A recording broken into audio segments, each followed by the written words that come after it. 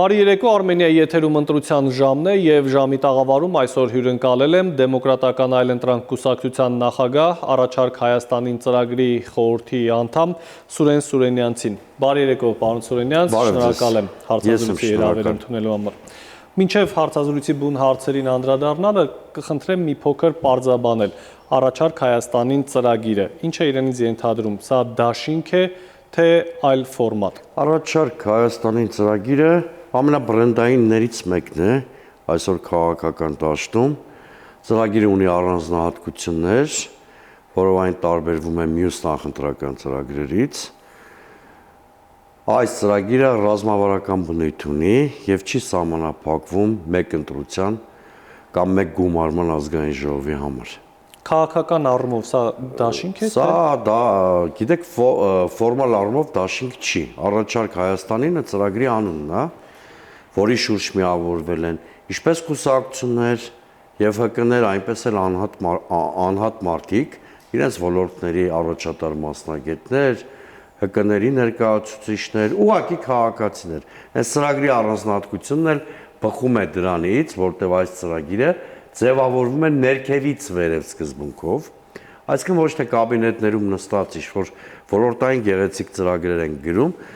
որոնք շատ հաճախ իրական կյանքի հետ քիչ աղերս ունեն, այլ ցանկացած մասնակից ծրագրի, կլինի դա կուսակցական ստրուկտուրա, կլինի դա ՀԿ, կլինեն ուղղակի քաղաքացիներ, իրենց առաջարկություններով հարստացնում են այդ ծրագիրը, հետո առաջարկները նոր անցնում են մասնագիտական ֆիլտրում, փորձագիտական, մասնագիտական ֆիլտրում, որպեսզի ադապտացվեն փաստերին, մասնագիտական ուսումնասիրություններին եւ այդպիսով ամբողջանում են, բայց մենք ընտրություններին այն անհատները, քաղաքական ուժերը, ովքեր միացել են առաջարկ Հայաստանին ծրագրին, ընտրություններին մասնակցելու են Բարգավաճ Հայաստան կուսակցության ցուցակով։ Օրեր առաջ կայացավ առաջարկ Հայաստանին ծրագրի անդրանիկ նիստը, որտեղ տարբեր հարցերի թվում նաև գլխավոր հարցերից մեկը դա երաշխավորված խաղաղությանն էր վերաբերում։ Եթե հաշվի առնենք ստեղծված աշխարհաքաղաքական իրավիճակը, երբ օրինակ ռուս-ուկրաինական պատերազմում փաստացի չգործեց միջազգային երաշխիքը, այս դեպքում ինչ եք կարծում, ինչ մեխանիզմ կարող է աշխատել։ Մեր ուժը, մեր կոնսոլիդացիոն կենտրոնի իր բոլոր սպիկերներով տասնյակ անգամներ հայտարարել է, որ մեր իշխանության գալու պարագայում մենք չենք պատրաստվում վերանայել Հայաստանի ստանձնած միջազգային պարտավորությունները։ Այդ թվում այն փաստաթղթերը, որոնք օբյեկտիվորեն գտնվել են մեր քննադատության ներքո։ Այո, մենք լուրջ վերապահումներ ունենք նոյեմբերի 9-ի փաստաթղթի նկատմամբ, մենք շատ մեծ ռիսկեր ենք տեսնում թրիփի նախագծում, բայց այնուամենայնիվ համարում ենք, որ մենք պետություն ենք եւ եթե ցանկացած եկող իշխանություն բանակցային գործընթացը սկսի իր զրոյական կետից, ինչպես դա ժամանակին արեց Նիկոլ Փաշինյանը ազգային աղետ բերելով երկրի գլխին։ Իսկ մենք ասել ենք, որ չենք չեղարկելու միջազգային պարտավորությունները, այլ օգտվելու ենք արդեն գոյություն ունեցող փաստաթղթային բազայի մեր համար քիչ թե շատ բարենպաստ դրույթներից բանակցային գործընթացում Հայաստանի դիրքերը ուժեղացնելու նպատակով։ Գիտեք, երաշխավորված խաղաղություն կամ ինստիտուցիոնալ խաղաղություն նշանակում է երաշխիքների եւ վերահսկողության մեխանիզմի մի ամբողջ համակարգ, որը պիտի երաշխավորի թղթի վրա առկա փաստաթղթի կատարումը։ Տեսեք, հայ-ադրբեջանական հարաբերություններում դիսբալանսը ահռելի մեծ խզվածություն ունի։ Այդ պայմաններում, եթե վերահսկողության մեխանիզմներ չեն մշակվում եւ դրանք չեն ամրապնդվում ինչ-որ միջազգային երաշխիքներով, խաղաղության ամբողջ գործընթացը կախված է լինում մեկ մարդու, տվյալ դեպքում Իլհամ Ալիևի այսպես կոչված բարեհաճությունից։ Դա այլևս խաղաղության մոդել չի լինում, լինում է պերմանենտ կապիտուլյացիայի գործընթաց, ինչի հետ մենք տեսնում ենք, չէ, փաստաթղթային բազայից բացի Ադրբեջանը Հայաստանից պահանջում է բաներ, որոնք փաստաթղթավորված չեն, օրինակ սահմանադրության փոփոխությունը։ Դուք ասում եք միջազգային երաշխիքներ հիմա աշխարհում չեն գործում։ Լավ, համաձայն եմ, բայց Ճիշտ էլ չի ուկրաինական պատերազմի մեկնարկը կամ 44 օրյա պատերազմը համարել միայն այն բանի հետևանք, որ միջնորդները արդյունավետ չեն գործել։ Ստեղ ուրիշ պատմություն ա եղել։ Կոնկրետ ինչ մեղք ունեն միջնորդները, իհարկե իրենք էլ ունեն իրենց պատասխանատվության բաժինը, եթե Հայաստանը լեգիտիմացնելով Ադրբեջանի օրակարգը, ըստ էության 2019-20 թվականներին հրաժարվել էր բանակցել։ Այդ զրոյական կետից սկսեն բանակցությունները, Արցախը, Հայաստանը եւ վերջ հայտարարությունը, դրանք բանակցային գործընթացը զրոյացնելուն միտված վարկագիծ ու գործողություններ էին։ Բայց իշխանությունը պարոն Սուրինյանց ասում է, որ իրենք չէ, որ առաջինը ճանաչել են, այսպես ասած, Արցախը Ադրբեջանի կազմում, եւ իշխանությունն ասում է, որ նախկին 3 նախագահների ժամանակ փաստացի Հայաստանը ճանաչել է Ադրբեջանի տարածքային ամբողջականությունը, Արցախը Ադրբեջանի կազմում։ Իշխանությունները ցինիկաբար ստում են։ Այ հրապարակվել է փաստաթղթերը, չէ՞, կարգավորման։ Ցույց տվեք մի փաստաթուղթ կարգավորման 1997-ից սկսած։ Կարգավորման մի հատ փաթեթ ցույց տվեք, որտեղ Արցախի կարգավիճակը կանխորոշված է։ Որ եթե կարգավիճակի լուծումը թողնվում է ապակա սերունդներին կամ հետագային, դա չի նշանակում, որ կարգավիճակը լուծված է։ Ճիշտ հակառակը, համանախագահ երկրները մտածել էին եւ ստեղծել էին կարգավորման մի շարք փաթեթներ, որտեղ պատերազմի հետևանքները առաջին փուլում վերացվում էր կամ փուլային տարբերակ էր որդեգրվում, իսկ կարգավիճակի հարցը թողնվում էր ապագային, երբ որ հակամարտող կողմերը պատերազմի հետևանքները վերացնելով վստահության միջավայր կձևավորեին եւ կարող էին այդ վստահության միջավայրում անդրադառնալ Լեռնային Ղարաբաղի կարգավիճակի խնդրին։ Նույնիսկ նոյեմբերի 9-ի փաստաթուղթը պատերազմում պարտված Հայաստանի համար շատ բալանսավորված փաստաթուղթ էր, որովհետև որևէ բանական կամ մարդ կամ մասնագիտական ունակություններ ունեցող որևէ փորձագետ չի հերքի ասածս, որ նույնիսկ նոյեմբերի 9-ի փաստաթուղթը չէր կանխորոշում Լեռնային Ղարաբաղի կարգավիճակը։ Այդ ես չէ կամ որևէ դիմադիր չէ, որ հայտարարել է, որ Նիկոլ Փաշինյանը Հայաստանի առաջին ղեկավարն է, որ Արցախը ճանաչել է ունիտար Ադրբեջանի մաս։ Այդ հայտարարությունը արել է այդ օրերի Եվրամիության դիվանագիտության ղեկավար Ժոզեֆ Բորելը, եթե հիշում եք։ Ու Բորելին որևէ մեկը Հայաստանից չի դիմացել։ Մենք ունենք նախաստորագրված խաղաղության պայմանագիր։ Այո։ Ինչն է խանգարում, որ Հայաստանն ու Ադրբեջանը վերջնական խաղաղություն կնքեն։ Իսկ դուք ձեր կարծիքով Հայաստանի դիմությունն է խնդիրը։ Ինչպես մանիպուլյատիվ ներկայացնում է Նիկոլ Փաշինյանը, թող իր կիրթ կառուցողական գործընկերոջ առաջարկի կնքեն այդ նախաստորագրված պայմանագիրը։ Թեկուզ վատ, բայց կունենանք ստորագրված պայմանագիր։ Ու մենք հաստատ չենք դատապետի դրա համար իշխանությանը։ Եթե գլխավոր դրույթների շուրջ, այսպես ասած, կոնսենսուս կա։ Բարձ չի, որ Ալիևը մտածելով, որ Հայաստանից կարող է ավելին կորզել, չի շտապում այդ փաստաթուղթը ստորագրել։ Օրինակ, 6 թե 7-րդ հոդվածը այդ նախաստորագրված փաստաթղթի, մի ստույգ չեմ հիշում հոդվածի թիվը, ենթադրում է, որ ներքաղաքական կյանքին միջամտությունը պիտի բացառվի փոխադարձաբար։ Բայց մենք տեսնում ենք, չէ՞, որ Ալիևը պահանջում է փոխել Հայաստանի սահմանադրությունը։ Մենք երեք տեսանք, չէ՞ որ Ադրբեջանի ԱԳՆ-ն հերթական խիստ հակահայկական հայտարարություն ընդունեց, ոչ միայն 1918-ին Բաքվում տեղի ունեցած իրադարձությունները ցեղասպանություն որակելով չնայած դա ցեղասպանություն չէր, դա քաղաքացիական պատերազմի եւ իշխանության վակուումի հետևանքեր եւ բռնությունները փոխադարձ են եղել, բայց այդտեղից սկսեցին եկան հասան միջև Խոջալու, մի հատ էլ Երևանի Իրիվան կոչեցին այդ հայտարարությունը։ Այսօր ԱԳՆ-ն արձագանքեց եւ կոչ արեց Բաքվին, որ կառուցողական դե իմ ԱԳՆ-ը շատ բան կարող է կոչ անել։ Նիկոլ Փաշինյանը կեղծ իմիտացիա է ստեղծում։ Բոլորի մոտ տպավորություն ստեղծելով, որ խաղաղության պայմանագրի ստորագրման խոչընդոտը ոչ թե իր կիրթ եւ կառուցողական գործընկեր Ալիևն, այլ Հայաստանի դիմությունը։ Ես էլ ասում եմ Ադրբեջանը չի պատրաստվում ստորագրել այդ փաստաթուղթը,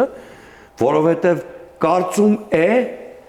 որ միջազգային միջնորդների եւ երաշխիքների բացակայության եւ նման դիսբալանսի պայմաններում Հայաստանից արևորագույնը կորզելու հնարավորություն ունի։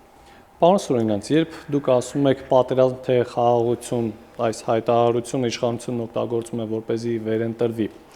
ես ուզում եմ հասկանալ, իսկ եթե իսկապես կա պատերազմի վտանգ եւ քանի որ կարող ենք հաշվի առնել, որ իշխանությունն այս պայն օբյեկտիվ պատճառներով տիրապետում է ամբողջ իրավիճակին եւ տեղեկություններին, միգուցե իսկապես նման վտանգ կա եւ իշխանությունը պարզապես զգուշացնում է։ Ուրեմն Նիկոլ Փաշինյանը ստում է, որ կա անշրջելի խաղաղություն։ Եթե ձեր ասած վարկածը ճիշտ է,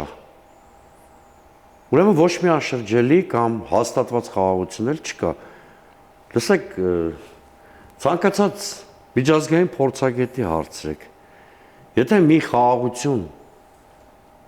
կարող է իջիկ դառնալ հակամարտող երկրներից մեկում ներքաղաքական ստատուս քվոյի, որը նույնն է իշխանափոխության արդյունքը, ուրեմն հաստատված խաղաղություն չկա։ Ասում են, եթե այդ ճանապարհից շեղվեն, այդ ժամանակ կլինի։ Չէ, մենք միջազգային պարտավորություններից չենք պատրաստվում հրաժարվել։ Վստահ եմ ընդդիմադիր մյուս երկու գործընկերները նույնպես։ Եթե մենք միջազգային պարտավորություններից Հայաստանի չենք պատրաստվում հրաժարվել, քաղաքականության փոփոխություն որտեղ տեսակ։ Պարոն Սուրենյանց, բայց երբ նայում ենք օրինակ ընդդիմադիր դաշտում հայտ ներկայացրած ուժերին, գրեթե բոլորի ցանկություններն ու նախընտրական ծրագրերը նույնական են։ Օրինակ խաղաղության պայմանագրի կնքում, երաշխավորված խաղաղություն, ուժեղ բանակի ստեղծում, տնտեսության զարգացում եւ այլն։ Եթե գրեթե բոլորը նույն բանն են ցանկանում Հայաստանի համար, ինչու մեկ միասնական ճակատով այսօր ընդդիմությունը դուք ընդդիմության մասն եք խոսում, իսկ ինչի մեկ միասնական ճակատով հանդես գալ, որը կարող է արհեստական միավորման տպավորություն ստեղծել։ Շանսերը ավելի շատ չեն։ Տեսեք, հիմա կան անկեղծ, խոսենք, կարող են բազմաթիվ հայտեր լինել, 7, 8, 10, բայց ձեր համար էլ թերևս գաղտնիք չի, մեր հեռուստադիտողի համար էլ շատ մեծ նորություն բացահայտած չեմ լինի, եթե ասեմ, որ ընդամենը 3-ից 4 կոնսոլիդացիոն կենտրոն կա, չէ՞, ընդդիմադիր, լուրջ, ի նկատի ունեմ ազդեցիկ կոնսոլիդացիոն կենտրոն, ընդհակառակը մասնակցության այս ձևաչափը, ես համարում եմ ամենաարդյունավետը, նախ արհեստական միավորում չի ստեղծվում եւ շեշտը դրվում է գաղափարական կամ քաղաքական հատկանիշներով մի քանի լուրջ կոնսոլիդացիոն կենտրոնի ստեղծման վրա։ Երկրորդը ընդդիմադիր հասարակության ընդդիմադիր շերտը, որը ճնշող մեծամասնություն է իմ կարծիքով կազմում, միաշերտ չի։ Ինքը տարբեր պատճառներով է ընդդիմադիր իշխանությանը, տարբեր արժեհամակարգ ու պատկերացումներ ունի երկրի տեսլականի վերաբերյալ, իսկան շատ այլընտրանքի հնարավորություն տանք մեր հասարակության ընդդիմադիր շերտերին, այնքան հեշտ կլինի նրա ընտրելու հնարավորությունը։ Պարոն Սուրենյանց, երեք մեր տաղավարում ձեր տեղը նստած իշխանության ներկայացուցիչներից մեկը մասնավորապես քաղաքացիական պայմանագիր խմբակցության քարտուղարը հայտարարեց, որ խաղաղության պայմանագրի այս ճանապարհով գնալու դեպքում, եթե շարունակվում է սահմանազատման գործընթացը, ապա այն տարածքներում, որտեղ գտնվում են Ադրբեջանի զինվորներ եւ նաեւ այն տարածքները, որոնք 90-ականներին են անցել Ադրբեջանի վերահսկողության կամ տիրապետության տակ, սահմանազատման, սահմանագծման արդյունքում կվերադարձվեն Հայաստանին։ Տեսեք, 2 տարի արդեն անցել է այդ փաստաթղթի ստորագրումից։ Ընդամենը 12 կիլոմետր են սահմանազատել։ Այն էլ որտեղ Ադրբեջանը միակողմանի զիջումներ էր պարտադրել Հայաստանին։ Տաուշի հատվածում։ Ես ուզում եմ հիշեցնել, որ դա նման չէր սահմանազատման եւ սահմանագծման գործընթացին։ Հակառակ պարագային Նիկոլ Փաշինյանը ոսկեպարի դպրոցում չէր հայտարարի, որ եթե շաբաթվա վերջ չանենք այս զիջումները, այն կողմից Ադրբեջանը, այն կողմից Թուրքիան կհարձակվեն Հայաստանի վրա։ Մնացած 2 տարիներին ես ուզում եմ հիշեցնեմ, դա 2024 թիվ մարտ-ապրիլ ամիսին է ստորագրվել այդ փաստաթուղթը։ Մինչև հիմա այլ հատվածում 1 սանտիմետր անգամ սահմանազատված, սահմանագծված չի։ Սա մեկ։ Երկրորդ հետ իրենց ստորագրած փաստաթղթի հիմքում էլի քարտեզային նկարագիր չկա։ Այսինքն դելիմիտացիայի եւ դեմարկացիայի հիմքում չկա կոնկրետ քարտեզ, որ մենք ունենանք վստահություն, որ այս քարտեզով կառաջնորդվեն, սովորաբար քարտեզը համաձայնեցնում են, նորանցնում են դելիմիտացիա դեմարկացիային։ Երկրորդը, այդ դեպքում իշխանությունը ինչպես կբացատրի, ինչու են Ադրբեջանի զինված ուժերը օկուպացված տարածքներում շատ ակտիվ ամրաշինական ինժեներական աշխատանքներ անում։ Այլ խոսքով, ինչ են դիրքերը ամբրանցնում, եթե պիտի դելիմիտացիա դեմարկացիայի հետևանքով հետ վերադարձնեն օկուպացված տարածքները։ Ոչ մի երաշխիք չկա, դատարկ նախընտրական հայտարարություններ են առանց փաստական հիմքի։ Ձեր վերջին հայտարարություններից մեկում, պարոն Սուրենյանց, Հայաստանի իշխանությանը մեղադրում եք, որ Հայաստանին միտումնավոր հեռացնում են Ռուսաստանից։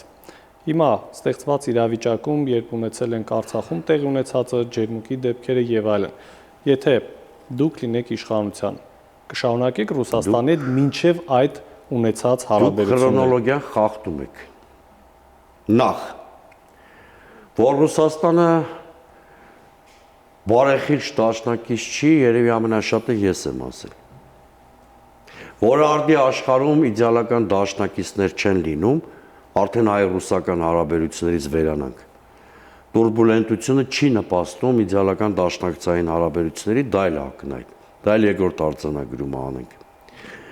Երրորդը, եթե նայենք քրոնոլոգիային, այդ ձեր ասած ջերմուկի եւ այլ իրադարձություններին արդեն նախորդել էր Հայաստանի իշխանության կողմից ստրատեգիական կուրսի փոփոխության քաղաքականությունը 2022 թվականի սկզբից։ Այսինքն դու փոխում ես երկրի ստրատեգիական կուրսը փոխել, հետո ակնկալում ես, որ քո դաշնակիցը, որի հետ հարաբերությունները 10 մետրի կա, պիտի լրիվ հավատարիմ մնա իր դաշնակցային հարաբերություններին, նման բան չի լինում աշխարհում։ 2022 թվականի փետրվարից, երբ սկսվեց ռուս-ուկրաինական պատերազմը, ինչ-որ Միշելներ Նիկոլ Փաշինյանի ականջին փսփսացին,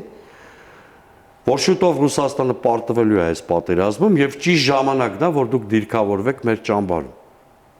Նիկոլ Փաշինյանն էլ այդ պահից սկսած 2022 թվականի ապրիլից ավելի կոնկրետ սկսած բոլոր